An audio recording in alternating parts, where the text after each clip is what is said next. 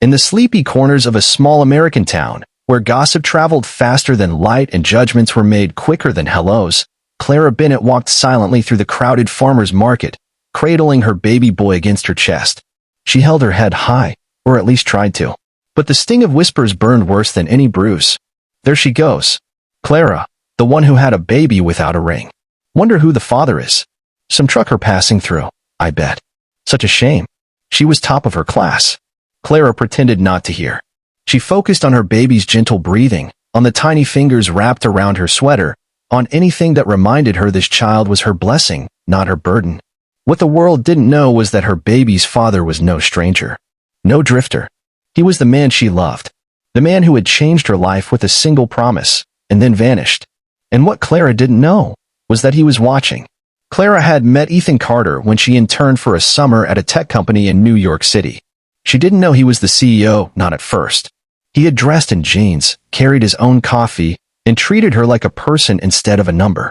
He made her laugh. He asked her opinion. And for a while, she felt like she mattered. Their connection had been real. It wasn't about power or money. They talked about childhood dreams and fears.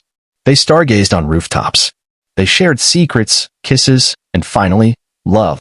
But before she could tell him she was pregnant, he was gone, off to Europe for business, unreachable. And then came the headlines. Tech mogul Ethan Carter in London for billion-dollar deal. Ethan Carter to acquire major AI firm. Billionaire bachelor back in the spotlight. She never told him. She convinced herself he wouldn't care. Or worse, he'd think she wanted his money. It was a chilly Tuesday when Clara was asked to leave her part-time job at the diner.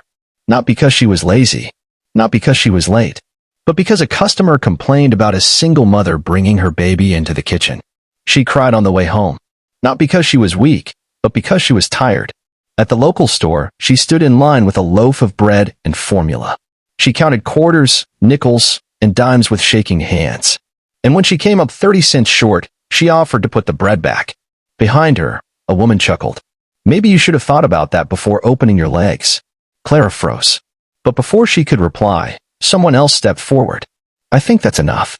A deep voice. Calm. Firm. Familiar. She turned, and her breath caught in her throat. Ethan. Ethan stood there, dressed in a tailored coat, but his eyes, those deep, stormy eyes, looked exactly the same. He handed the cashier $100 bill without blinking, then turned to Clara. Can we talk? He asked gently. They stepped outside. The baby stirred in her arms, but stayed quiet, as if even he sensed something sacred was happening. You left, she whispered. I tried. I didn't know how to reach you. Then I saw the headlines, and I never stopped looking for you, Clara, he said. The company took me under like a tidal wave. But you were the one thing I could never forget. I came back. I just didn't know you had my child. Clara's eyes filled with tears. I didn't want your pity. Or your money. Ethan shook his head. This isn't about money. It's about us. I loved you then. I love you now. And I want to be part of his life, of both your lives. She looked down at her son, then back up at the man who had broken her heart and was now trying to heal it.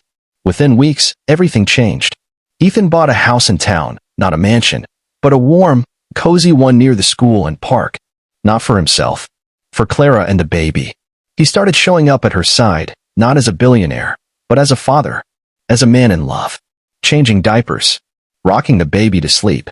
Taking Clara on dates where no paparazzi could find them.